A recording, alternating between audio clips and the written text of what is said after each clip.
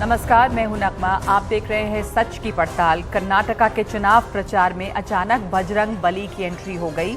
प्रधानमंत्री अपनी रैलियों में वोट देकर बजरंग बली की जय करने की बात कर रहे हैं। खुद कल एक रैली में उन्होंने बजरंग बली की जय का नारा लगाया। बजरंग बली की,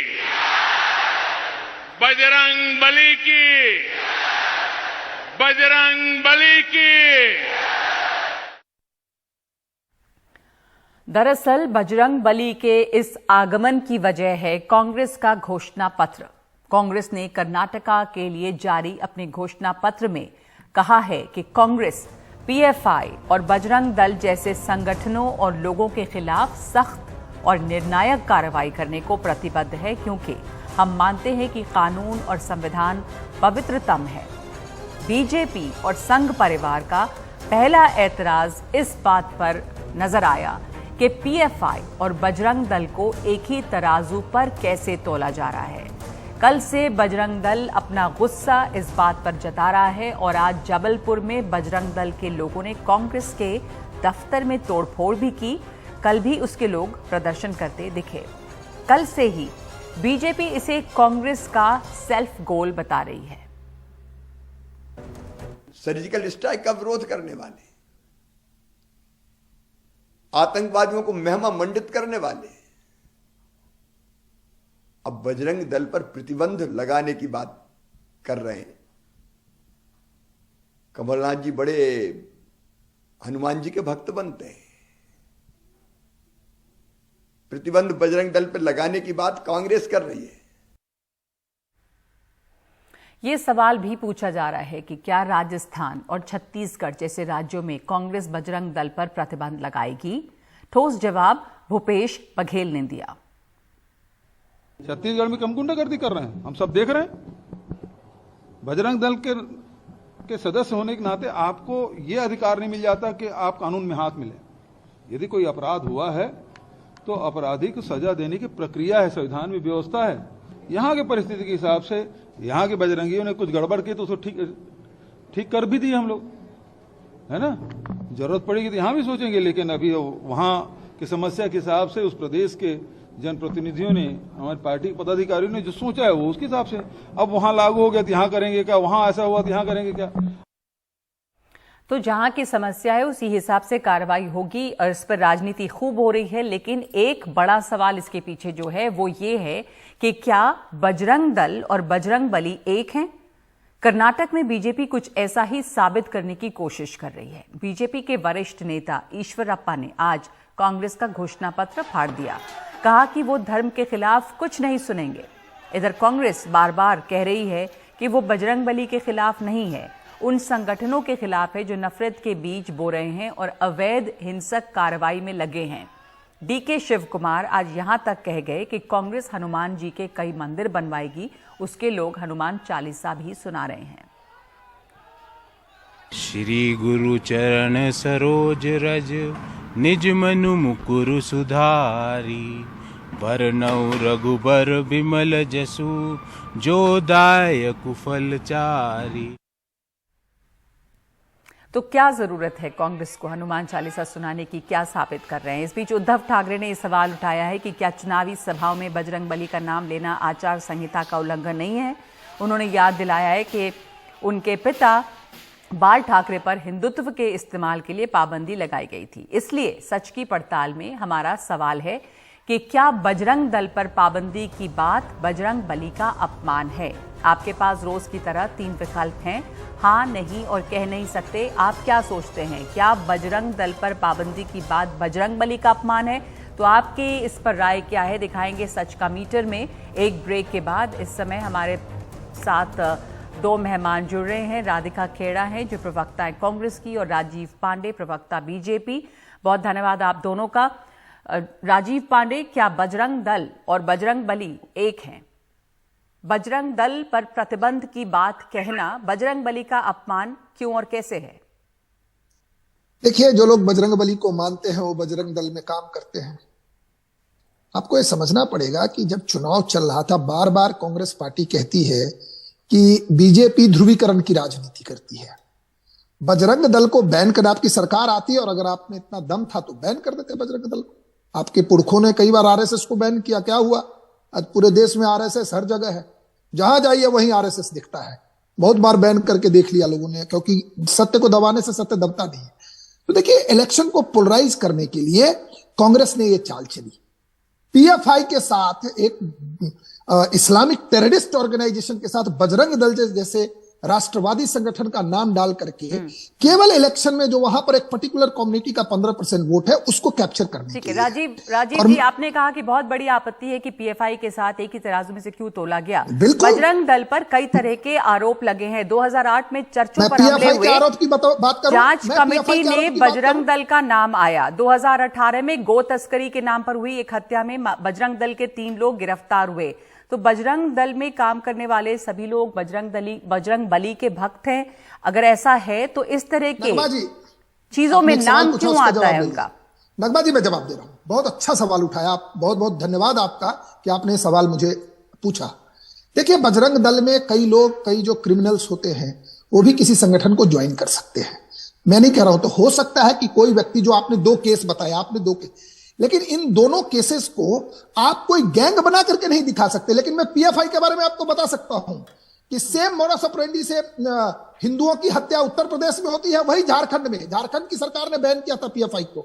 उसी तर्ज पे कर्नाटक, साउथ कर्नाटका में कोस्टल बेल्ट में हत्या होती है, उसी तर्ज पे आपको जाकर के केरला में होती है। और पीएफआई जो सबसे मेन पॉइंट है, नगमा जी, इसको समझने का प्रयत्न करिए। जब पीएफआई को बैन किया गया तो लीगल प्रोसीजर है कि ट्रिब्यूनल के पास जाना होता है। ट्रिब्यूनल ने बैन को अपहेल्ड किया है। एक लीगल प्रोसेस ने पीएफआई के बैन को अपहेल्ड किया है। अप्रैल 2022 में शिमोगा में हलाल मीट बेचने, एक बार और मेरी बात सुन लीजिए नगमा जी, आप बहुत डिस्टर्ब कर रहे हैं। मैं कैसे डिस्टर्ब कर रही हूं? मैं एक लीगल पॉइंट आपको बता रहा हूं, बीच में मुझे टोक रहे हैं। 10 सेकंड और दे दीजिए। मैं क्या कह रहा हूं कि जब पीएफआई को भारतीय जनता पार्टी की सरकार ने बैन किया तो एक ट्रिब्यूनल तक गया मसला, और ट्रिब्यूनल ने उस बैन को जायज कहा।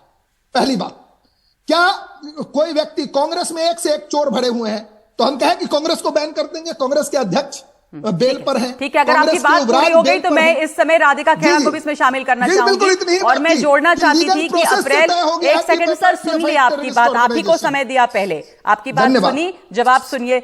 अप्रैल 2022 में वैसे शिमोगा में भी हलाल मीट बेचने वाले पर हमले के आरोप में 5 लोग गिरफ्तार हुए, पर आपने ये माना कि बजरंग दल में कई तरह के लोग आ सकते हैं, उसे ऐसा मतलब नहीं कि बजरंग दल को बैन किया जाए। मेरा सवाल मूल ये था कि बजरंग दल जो है, क्या वो बजरंग बली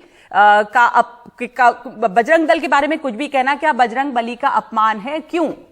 क्योंकि इसमें तमाम तरह के लोग हैं, तो फिर इसे आप बजरंग बली से क्यों इक्वेट कर रहे हैं? बहरहाल, राधिका खेड़ा, आप लोगों ने पहले कुछ कहा, अब आपके लोग जो है हनुमान चालीसा पढ़ के सुनाने के लिए क्यों मजबूर हैं? क्यों कहना पड़ रहा है कि हम यहां पर हनुमान मंदिर बनाएंगे? यानी कि बीजेपी ने आपको एक जो डिफेंसिव पर खड़ा कर दिया है। प्रधानमंत्री ने कहा, बजरंग बली की बात की, कहा कि अब आप लोग हनुमान जी को भी बंद करने के लिए एक आतुर है, जैसे आपने राम जी को किया था अयोध्या में। तो अब आप लोग, आपके कार्यकर्ता ये तमाम बातें कर रहे हैं, आपके बड़े नेता ये बातें कर रहे हैं कि हम मंदिर बनाएंगे। तो बजरंग बली की एंट्री हो गई है कर्नाटका के चुनाव में पूरी तरह से। देखिए, बहुत अफसोस की बात है कि प्रधानमंत्री नरेंद्र मोदी जी शुरुआत से ही श्री राम प्रभु जी पे ही पहले राजनीति करते आए और आज अब उनके सबसे बड़े भक्त हनुमान जी पर राजनीति करते आए।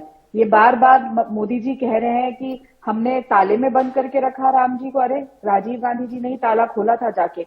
ये बात वो झूठ फैलाने की कोशिश कर रहे हैं। दूसरा झूठ जो ये कर रहे हैं, ये हनुमान जी के नाम पे कह रहे हैं कि वोट दीजिए, जबकि इनके खुद के सांसद और मंत्री शोभा मैडम जो है वो आज हनुमान चालीसा का पाठ कर रही थी मालेश्वरम में। और सबसे मजेदार बात ये थी कि उनको पढ़ के पढ़ना पड़ रहा था। इनके सारे नेता हो या एमपी हो या मंत्री हो, सबको हनुमान चालीसा का पाठ पढ़ के पढ़ना पड़ रहा है। ये तो अपमान इस तरीके से हनुमान जी का करते हैं। और मैं इनसे भारतीय जनता पार्टी से पूछना चाहूंगी, क्या जो मनोहर पार्रिकर जी ने जब राम सेना को गोवा में बैन किया था तो उन्होंने श्री राम का अपमान किया था?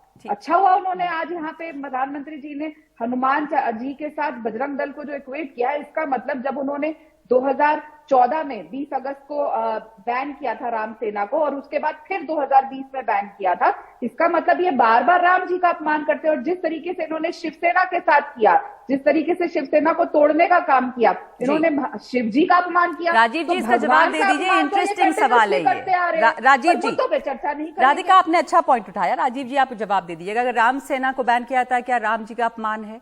शिवसेना में तोड़फोड़ शिव जी का अपमान है? हर वो ऑर्गेनाइजेशन जो किसी भगवान के नाम पे है। आप देखिए, आप एक बात समझ लीजिए, जो बैन करने से पहले ना एक प्रोसीजर है कि किस प्रकार से कौन सी घटना, अगर कोई ऑर्गेनाइजेशन कल को लगे कि देश विरोधी गतिविधि में एक गैंग के रूप में काम कर रहा है, तो उसको बैन किया जा सकता है। मैं बैन करने के पावर पे नहीं कह रहा हूं। नहीं, यहाँ तो सिर्फ आज अगर कांग्रेस में बात ही तो थी, बैन तो मैं हुआ यही नहीं था। कह रहा हूं ना नगमा जी, आप बिल्कुल सही कह रहे हैं। ये मैनिफेस्टो, मैंने इसीलिए, मेरा जो पहला ही जवाब था कि मैनिफेस्टो में लाया ही इसलिए गया कि 15% मुसलमान का वोट चाहिए। मैं खुलेआम कह रहा हूं, इनको मुसलमान का वोट चाहिए था, तो इन्होंने कहा देखो तुम्हारे पीएफआई को अमित शाह जी ने बैन कर दिया है, ठीक है, और जब अब तुम सब हमको वोट दे दो तो हम बजरंग दल को बैन कर देंगे। एक सेकंड सर, आपने कहा 15% मुसलमानों का वोट चाहिए था, तो उसका काम ये भी हो सकता है अब जब प्रधानमंत्री जय बजरंग बली के नारे की बात करते हैं और कहते हैं कि हनुमान जी को भी ये लोग बंद करना चाहते हैं, तो फिर आपको भी तो किसी का वोट ही चाहिए ना। मैं आपको खुलेआम नगमा जी कह रहा हूं, हम भारतीय जनता पार्टी और आरएसएस के सभी लोग सुबह शाम जय बजरंग बली करते हैं। ठीक तो है, इसमें पर हम कहीं भी कर बजरंग, सकते हैं। हमने हम आपको चुनाव में भी सवाल कुछ जाएंगे, और पूछा था। आपने पूछा ना मोदी जी कर रहे हैं तो सही कर रहे हैं, और ये भी कि बजरंग दल और बजरंग बली क्या एक है? नहीं, मैं आपको बार बार कह रहा हूं, बजरंग दल, आपने मेरे से एक सवाल पूछा, मैंने बताया जिस तरीके से बजरंग दल को बैन करने की बात लाने के पीछे क्या कारण था। इसीलिए हिंदुओं में बहुत गुस्सा है कि आप हमारे बजरंग बली को आप इस तरीके से राधिका खेड़ा, हिंदुओं में बहुत गुस्सा है, और शायद इसी के लिए अब आपके नेता जैसे डीके शिव कुमार को ये कहना पड़ रहा है कि अगर हम सत्ता में आए। एक सेकंड, राधिका जी को भी जवाब दे दीजिए इसके ऊपर कि हिंदुओं में गुस्सा है। अच्छे से बात सुन लीजिए राजीव जी, प्लीज, आप इतना समय नहीं, आप उनको भी बोलने दीजिए। राधिका जी बताइए, आप लोग क्यों अब कह रहे हैं फिर मंदिर बनाने की बात, कि अगर हम एक ना नगमा जी गुस्सा जो है ना उन पाखंडियों में है जो प्रभु श्री राम हो चाहे हनुमान जी हो, उन पर राजनीति करने की कोशिश कर रहे हैं। क्योंकि असली बात जो है ना कि इन्होंने जिस तरीके से कर्नाटक को बर्बाद करके रख दिया है, जब रिपोर्ट कार्ड मांगी जा रही है कर्नाटक की जनता से। आपके नेता डीके शिव कुमार भी तो कह रहे हैं ना स्पेशल बोर्ड बनाएंगे to oversee the development of, तो होनी चाहिए, उसमें क्या है? तो फिर पहले आप हर जगह मंदिर होना चाहिए। अब क्यों कहना पड़ रहा है जब ये पूरा हंगामा खड़ा हुआ?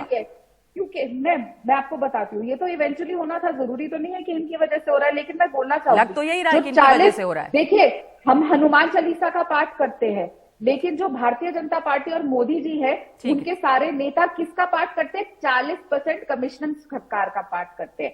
40%। चलिए, अब मेरे पास और समय नहीं है इस पर बहस का, पर राजीव पांडे आखिर में आप कुछ कहना चाहते हैं? पीएफआई की दलाली पे क्यों हम तो उसी पे लड़ लेते चुनाव। आपने पीएफआई का नाम लिया, अपने पीएफआई के साथ आपने बजरंग दल को कंपेयर किया। हिंदुस्तान इसको एक्सेप्ट नहीं करेगा। आप बजरंग दल को अगर पीएफआई के साथ जोड़िएगा तो राम सबसे बड़ी आपत्ति ये है इनकी कि पीएफआई के साथ आप बजरंग दल को ना जोड़ें, लेकिन जो हमारा मूल सवाल था उस पर जनता जवाब देगी कि क्या बजरंग दल को बजरंग बली से जोड़ना सही है। हमने आपसे सवाल ये पूछा। धन्यवाद आप दोनों का, आपकी बहस आगे भी चलती रहेगी, लेकिन इस समय हमारे पास इतना ही वक्त है। हमने सवाल ये पूछा था कि क्या बजरंग दल पर पाबंदी की बात बजरंग बली का अपमान है? आपकी राय इस पर क्या? एक ब्रेक के बाद सच का मीटर में।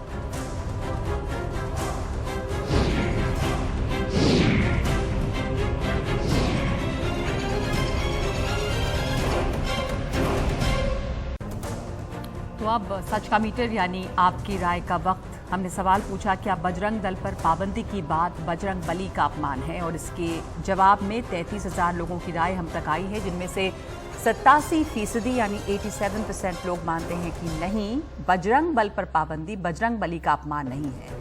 लेकिन 12% लोग वो भी हैं जो इसे अपमान मानते हैं, और 1% की इस पर कोई राय नहीं है। तो आज सच की पड़ताल में इतना ही। नमस्कार।